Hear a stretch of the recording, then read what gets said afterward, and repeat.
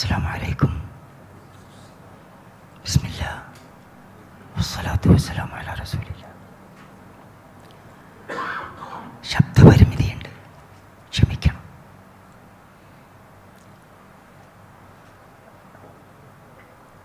വായനാ ബുക്സിൻ്റെ ഈ എളിയ പരിപാടിയിൽ പങ്കെടുക്കാൻ എത്തിച്ചേർന്ന സർവർക്കും വേദിയിലും സദസ്സിലുമുള്ള മുഴുവൻ ആളുകൾക്കും സർവശക്തനായ അല്ലാഹു അവൻ്റെ സർവ സമാധാനവും നൽകി അനുഗ്രഹിക്കട്ടെ എന്ന് പ്രാർത്ഥിക്കുകയാണ്.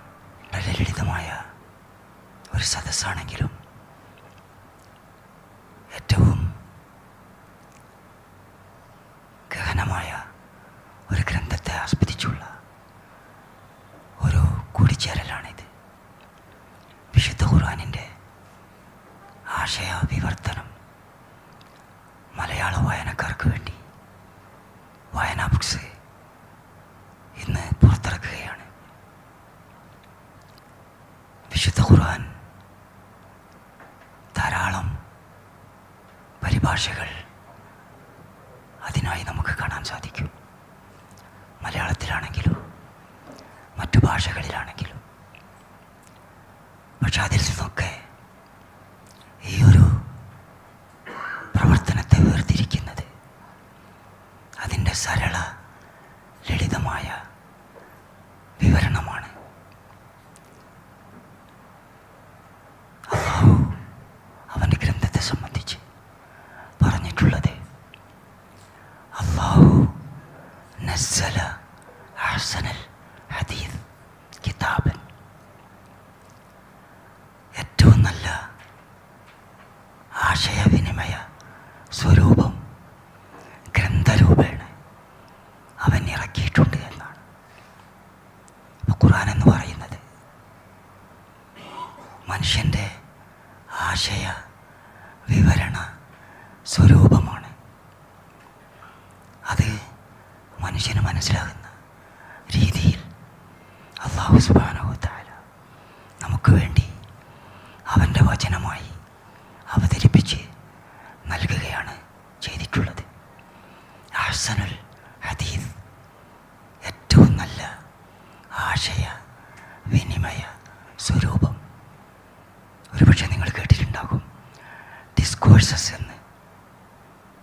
മനുഷ്യൻ സംസാരിക്കുമ്പോൾ കഥകൾ, കവിതകൾ, സംഭാഷണങ്ങൾ, വിമർശനങ്ങൾ, താക്കീതുകൾ, ദേഷ്യപ്പെട്ടുള്ള സംസാരം, മിതമായ സംസാരം, ചോദ്യങ്ങൾ, ഉത്തരങ്ങൾ, തർക്കങ്ങൾ, വിമർശനങ്ങൾ, ഇങ്ങനെ പല രീതിയിലാണ് നമ്മൾ സംസാരിക്കുക.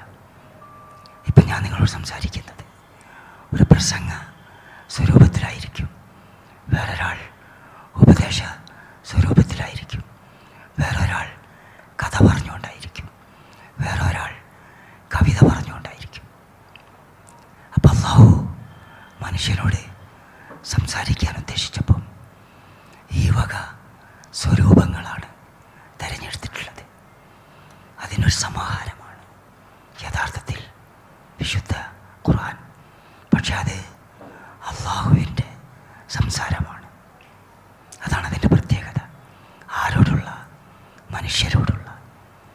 അപ്പം മനുഷ്യന് മനസ്സിലാകുന്ന സ്വരൂപത്തിലാണ് അല്ലാഹു അവൻ്റെ സംസാരം നിർവഹിച്ചിട്ടുള്ളത്. അതിൻ്റെ ആശയ വിശദീകരണമോ അതല്ലെങ്കിൽ തർജ്ജമയോ ആണ് ഈ ഗ്രന്ഥത്തിൽ നമുക്ക് കാണാൻ സാധിക്കുന്നത്. അതിൻ്റെ പരിശോധന സമയത്ത് അതിൻ്റെ ആ ഒരു തനിമ നഷ്ടപ്പെടാതിരിക്കാൻ ഏറെ ശ്രദ്ധിച്ചിട്ടുണ്ട്. അത് വായിക്കുന്നവർക്കും അത് എഴുതിയവർക്കും ഒക്കെ കാണാൻ സാധിക്കും. ഞാൻ ദീർഘിച്ച് സംസാരിക്കുന്നില്ല, സംസാരിക്കാൻ സാധ്യവുമില്ല. ഏതായാലും നിങ്ങൾ ഈ ആശയത്തെ ശരിയാം വിധം മനസ്സിലാക്കണം, മറ്റുള്ളവർക്ക് എത്തിച്ചു കൊടുക്കണം, മറ്റുള്ളവരെ ഇത് മനസ്സിലാക്കാൻ പ്രേരിപ്പിക്കണം, ഇതിലേക്ക് ക്ഷണിക്കണം. കാരണം മനുഷ്യകുലത്തിനാകമാനം അല്ലാഹു നൽകി തയ്യാറാക്കിയിട്ടുള്ള അവൻ്റെ വേദ സന്ദേശങ്ങളുടെ അവസാന പതിപ്പാണിത്. അത് നമ്മുടെ മലയാള വായനക്കാർക്ക് ലളിതമായി വായിക്കാനും ഗ്രഹിക്കാനും ചിന്തിക്കാനും ജീവിതത്തിൽ പകർത്തുവാനും മറ്റുള്ളവർക്ക് പകർന്നു നൽകുവാനും കഴിയുന്ന രീതിയിലാണ് ഇതിൻ്റെ രചന നിർവഹിച്ചിട്ടുള്ളത്. അത് സർവർക്കും